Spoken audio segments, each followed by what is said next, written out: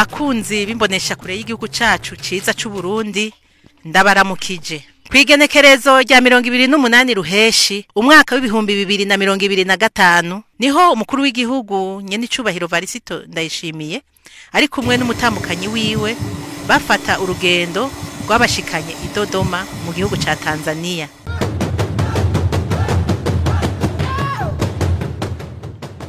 Ashitse ku kibuga c'indege ca Dodoma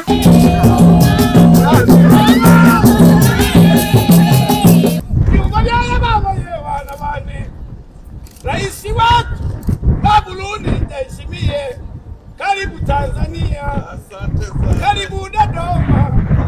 Dodoma fahari ya wa Tanzania, walelo mwinamila pongezi nyingi kwa Raisi Ndayishimiye, unachapa kazi. Umukuru w'igihugu c'u Burundi ari kumwe n'umutambukanyi wiwe yakiriwe n'umushikiranganje mu vyajejwe harimo imigenderanire y'igihugu ca Tanzania n'ayandi makungu nyakubahwa Mahamud Tabi Kombo. Akaba yari kumwe n'userukira igihugu c'u Burundi muri Tanzania Leontine Nzeyimana. Nyene icubahiro umukuru w'igihugu akaba yari yazananye n'abashikiranganje babiri, umwe mu vyajejwe harimo uburimyi n'ubworozi Prosper Dodiko hamwe na Gerve Abayeho ajejwe iyinjira y'u Burundi mu muryango wa Afrika y'ubuseruko. Nyene icubahiro rero akaba yari yitavye ibirori vyo kugurura icese uruganda ruhingura ifumbire Itracom Fertilizers Limited.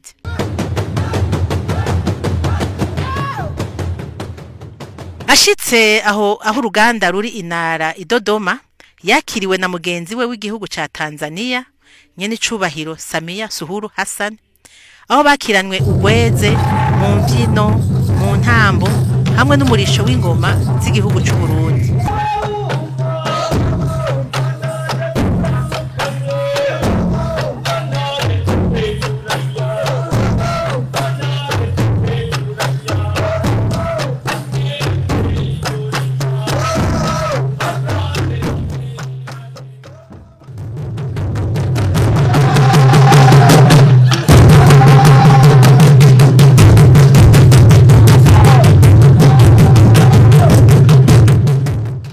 Mbere y'ibirori nyezina vyo gutanguza ugo ruganda ruhingura ifumbire, abo bakuru b'ibihugu uko ari babiri hamwe n'abaje muri ivyo birori kaba baciye bakurikirana ireresi ryerekana ibijanye n'ivyo ugo ruganda rukora. Ivyo biheze abo bakuru b'ibihugu bakaba baciye babonana mu mwiherero.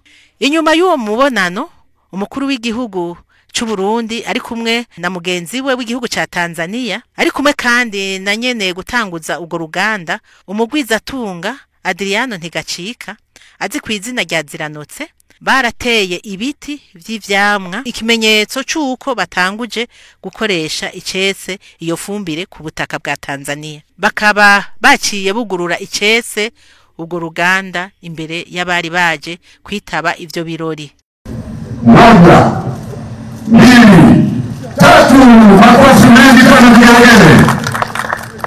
Abo bakuru b'ibihugu n'indongozi z'ugo ruganda hamwe n'abandi banyacubahiro bitavye ivyo birori baciye baja kuraba ivyo ugo ruganda ruhingura. Umuyobozi w'iryo hinguriro Nazere Nduwimana akaba yaraberetse ibirangurirwa ngaho, akaba yaciye abereka ubwoko burenga 14 bw'ifumbire buhingurirwa muri ugo ruganda.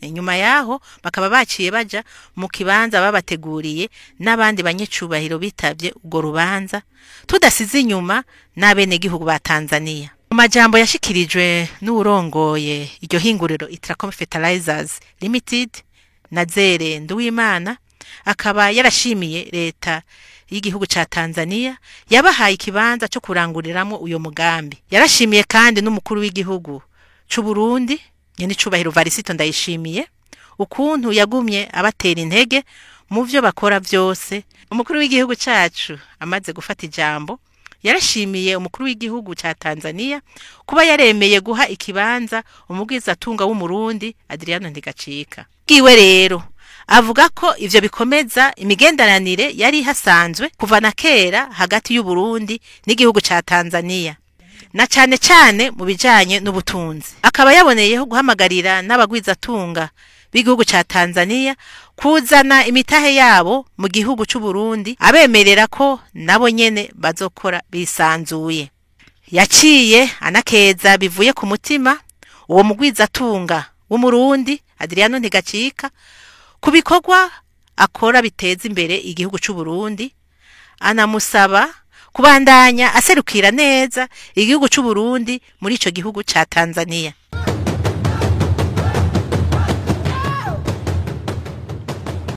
Mheshimiwa Rais, kabla ya kumaliza, ninaishukuru serikali ya Tanzania kwa kuwa imeweka siasa inayochochea uwekezaji. Isipokuwa siasa bora hiyo, hata mwekezaji Ntigacika hajaweza kuwekeza huko Tanzania. Kwa niaba ya Warundi wote na kwa niaba yangu binafsi, ninatoa shukrani zangu za dhati kwa wananchi wa Tanzania waliounga mkono mradi huu kwa kumkabidhi Bwana Adriano Ntigacika shamba ambapo alijenga kiwanda hiki. Neno lifuatalo na nielekeza kwa Bwana Ntigacika. Ninakuomba Bwana Ntigacika, ujitolee kama kawaida yako, ufanye kazi kwa bidii ili nchi iliyowekeza ifaidike. Ndagutaziruko wokurukiziganya kugira ngo abarundi bose bazemumve yuko idarapo ry'Uburundi rishyirwa mu kindi gihugu kandi Uburundi bushobora guteza imbere ibindi bihugu.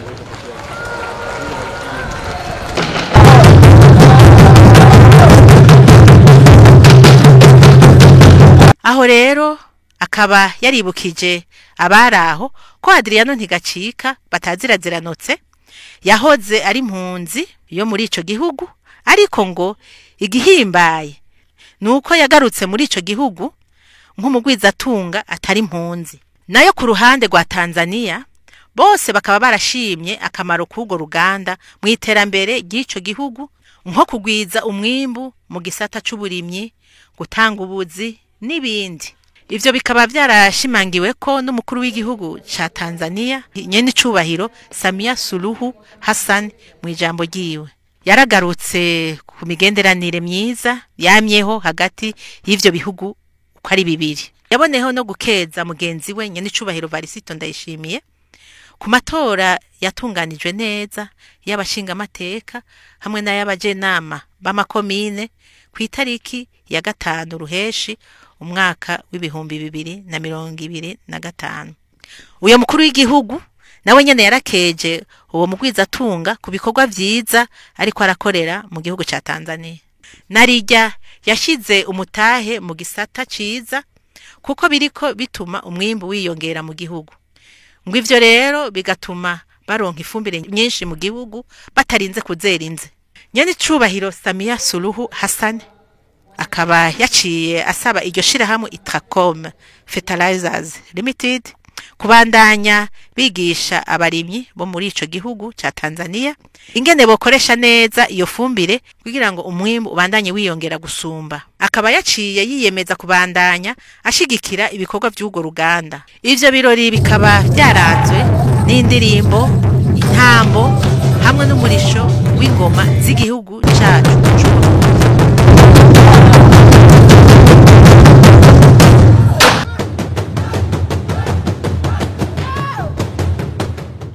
Nyuma yaho umukuru w'igihugu c'u Burundi ari kumwe n'umutambukanyi wiwe aba baciye batahuka mu gihugu yo munsi nyene.